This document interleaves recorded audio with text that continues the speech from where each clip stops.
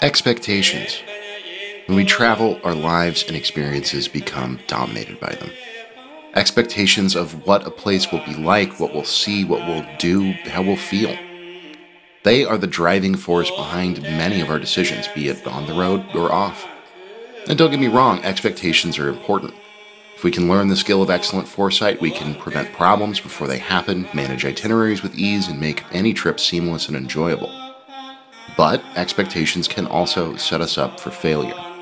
We can read too much, think too much, plan too much, and before we know it, that dream destination is falling far short of what we'd hoped for. I've lived on both sides of this coin. However, every once in a while, I find my compass pointed to a destination where expectations don't exist. And it's this fearless leap into the unknown that can land us in the most wonderful of places.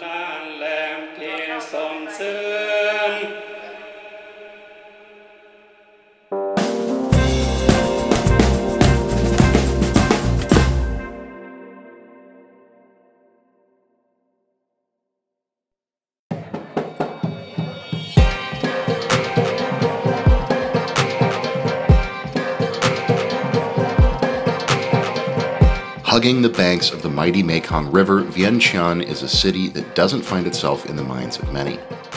Even though it lies just a few hundred meters off the border of Thailand, few travelers would even recognize its name. I didn't. Southeast Asia is the de facto backpacking holy land of the 21st century, and while the flight from Bangkok is barely over an hour, our plans to visit were met with questions and confused stares.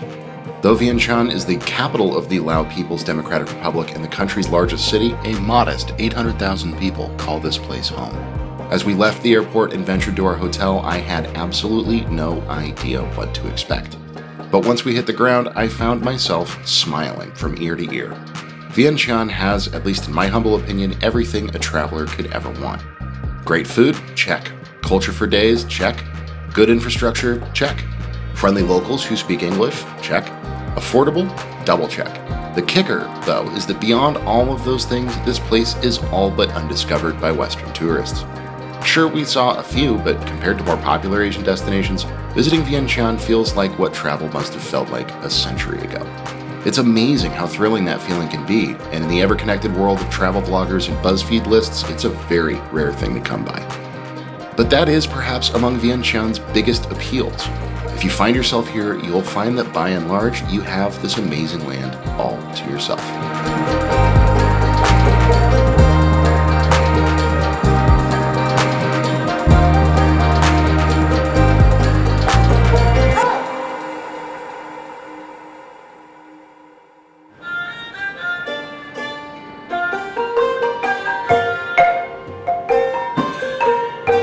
My first order of business in any new city, large or small, is simply to wander. And in Vientiane, it's as rewarding an activity as any other. I find that the real story of a city is found in the simple scenes of daily life. Street corners, markets, food stalls, workaday buildings. And it quickly becomes obvious that Vientiane has quite a story to tell. Quick history lesson. The modern nation of Laos has roots as old as time. Beginning as one of the largest trading kingdoms in the region, it was split into three smaller factions until the French reunited the nation at the end of the 19th century. After gaining true independence from France in 1953, a monarchy was established, followed by a period of civil war. In the 1970s, the monarchy was replaced by the modern communist Pathet Lao government, who held strong ties to the Soviet Union until its dissolution in the 1990s. While the history of this country has been complex and dark at times, the diverse influences that have held sway here give Vientiane a look and feel all its own. Traditional Asian, French colonial, Soviet, and modern Western-style buildings all pile together between soaring, centuries-old Buddhist temples, creating an architectural landscape that's funky, rough, and incredibly charming. The streets are quiet, well-organized, and relatively free of traffic thanks to the small size and population here.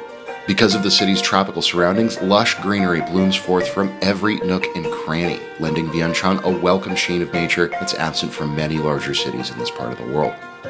All of these factors combined create a place that's seemingly designed for wandering. You'll find countless gems as you do, And if your feet get tired, one of Southeast Asia's signature tuk-tuks is never far away, ready to take you anywhere you need to go for a seemingly flat rate of around $5. No matter how you traverse this relaxed city, I guarantee you'll enjoy the journey.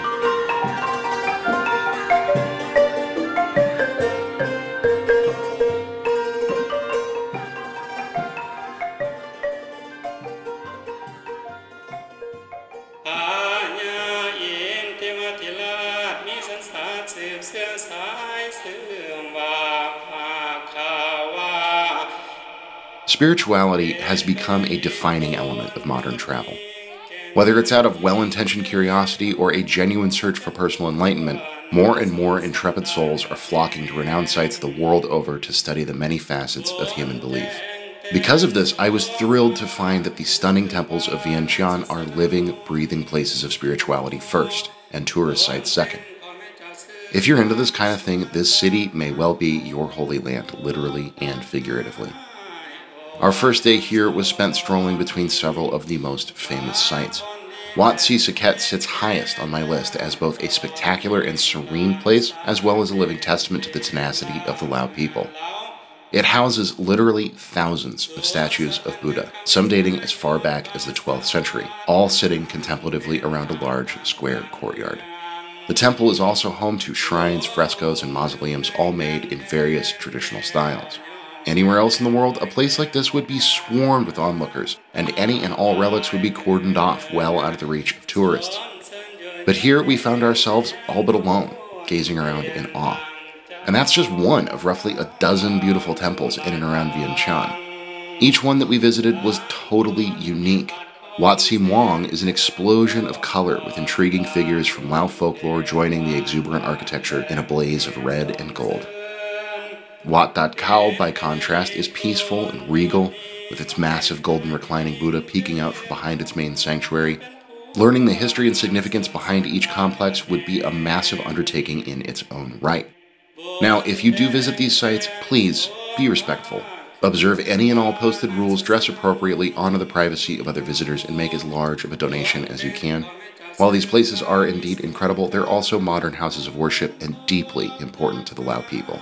Just follow these simple guidelines and I promise you'll have a genuinely uplifting cultural experience that you'd be hard-pressed to have anywhere else on Earth.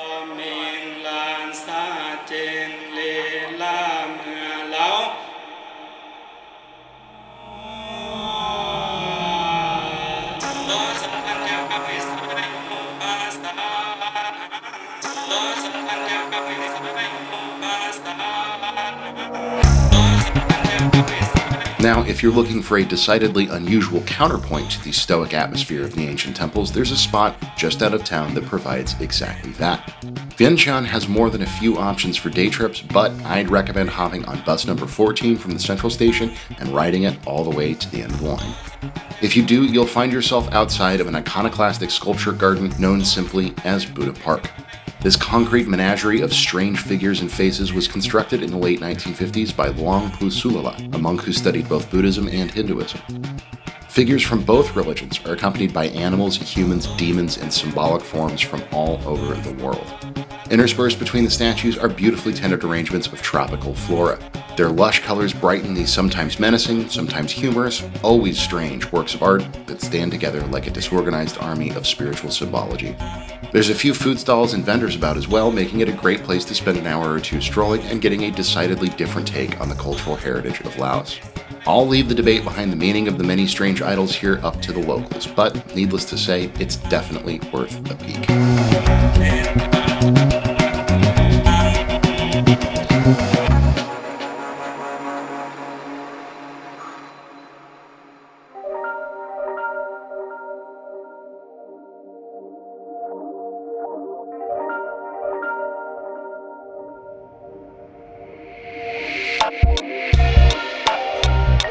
While Vientiane is undoubtedly a place deeply rooted in its past, it has so much more to offer than strolling and temple hopping.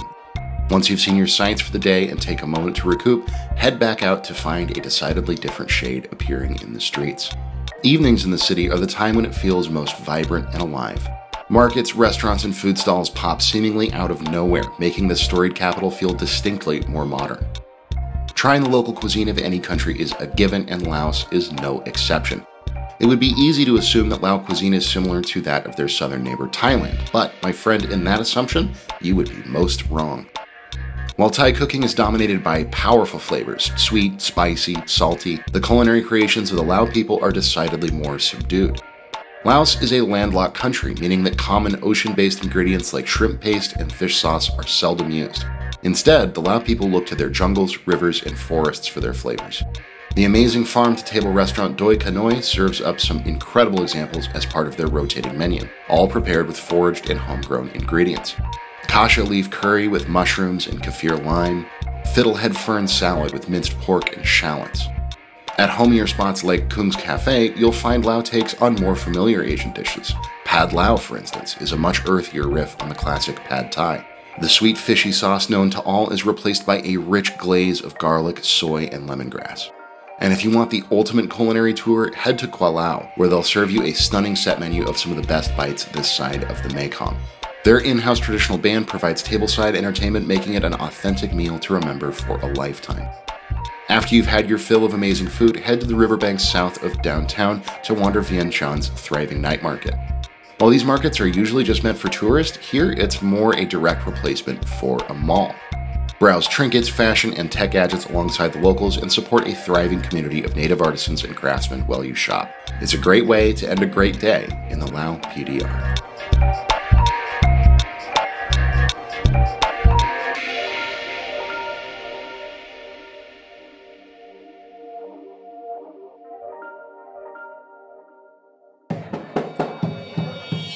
I can say without hesitation that during our time here, Vientiane taught me something.